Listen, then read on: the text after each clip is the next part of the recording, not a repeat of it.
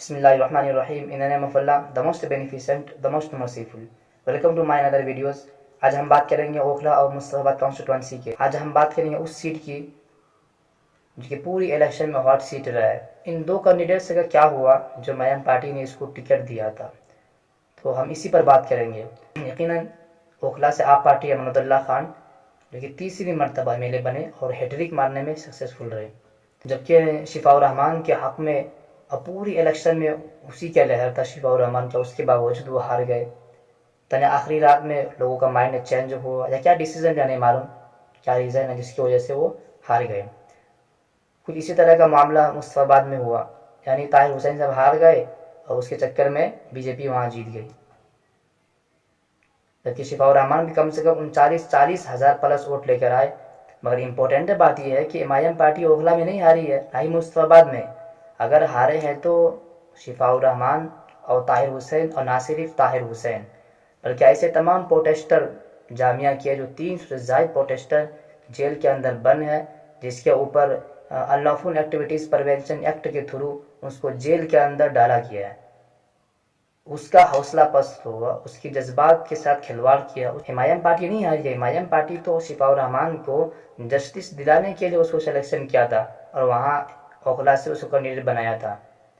सोचो अगर जीत जाते तो ना सिर्फ शिफाउर रहमान और ताहिर हुसैन के बल्कि जेल में जितने भी बेकसूर बंद है जो कि CNRC प्रोटेस्ट में उनके ऊपर एलिगेशन लगाए थे, जिस उसके ऊपर अनलॉफुल एक्टिविटीज़ प्रिवेंशन एक्ट के थ्रू जेल के अंदर डाला था, तो उनको भी ऐसे तमाम प्रोटेस्टर को इंसाफ की उम्मीद होती कि हाँ हमारी कौम अभी हमें भूला नहीं है।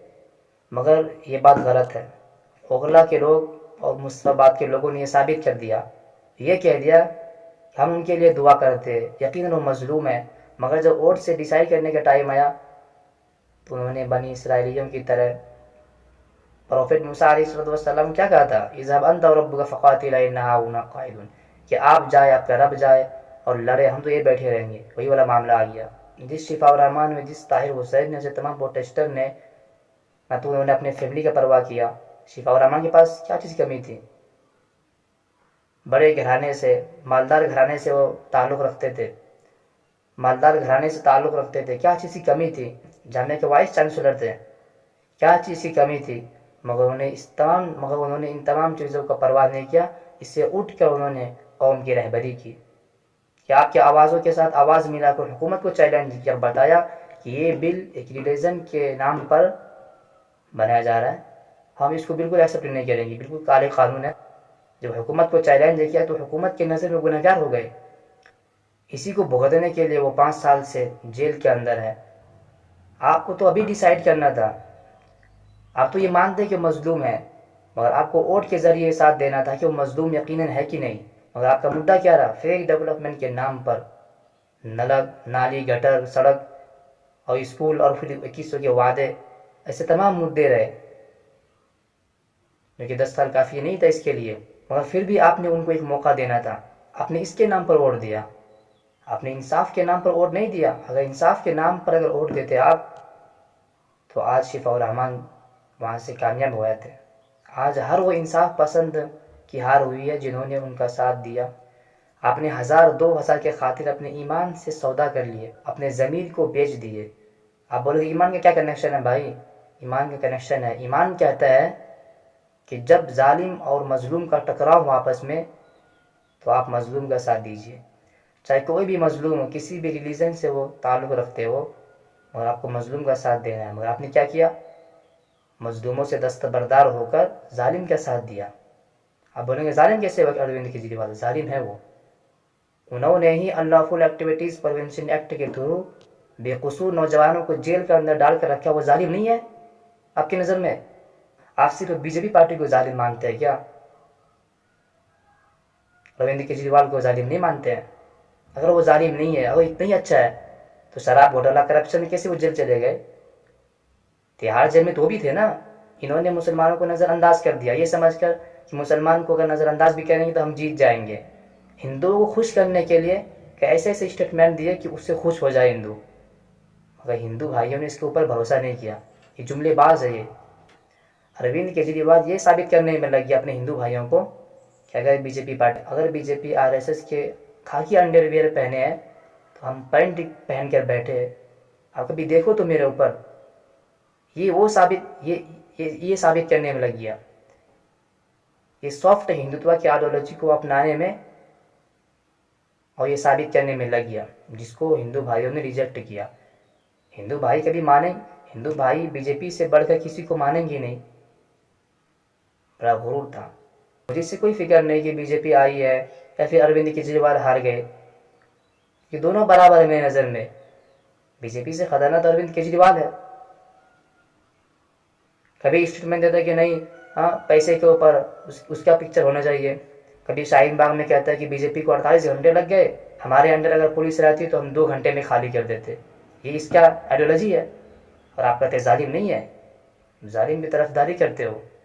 اور اہم بات اور امپورٹنٹ بات یا 100 باتوں کی ایک بات ہے، میں بول رہا ہوں کہ آپ نے انصاف پسند شخص کو نکارا، اس کی حوصلوں کو پست کیا، اس کی جذبات کے ساتھ اپنے کھلواڑ کیا. کبھی سوچو تنہائی میں کہ 5 سال سے اپنی فیملی سے دور ہے، اپنے بچے سے دور ہے، اپنی بوڑھی ماں سے دور. کیا آپ رہ سکتے ہیں؟ وہ کس کے لیے جیل گیا؟ شراب گھوٹالہ میں کوئی کرپشن کیا تھا، کسی کے مرڈر کیا تھا، کون سے کرائم کیے تھے؟ قوم کے لیے وہ جیل گئے، مگر پھر بھی آپ نے ان کا ساتھ نہیں دیا. اور اس چیز سے تو ثابت ہو گیا، اور نوجوان دیکھ رہے کہ کیسے ہماری قوم اتنی بے غیرت ہو چکی ہے. 500 1000 کے خاطر وہ کسی کو بھی ووٹ دے دیتے ہیں. اور یہی رویہ رہا. اور آنے والے دنوں میں ابھی UCC بھی ہمارے مشکلیں کھڑی کرنے والی ہے. ابھی وقف امینڈمنٹ بل بھی پیش ہونے والا ہے. تو اس کے لیے آپ کے ساتھ کوئی کاندھے سے کاندھا ملا کر، آپ کے آوازوں کے ساتھ آواز ملا کر حکومت کو کوئی چیلنج کرنے والا نہیں ملے گا.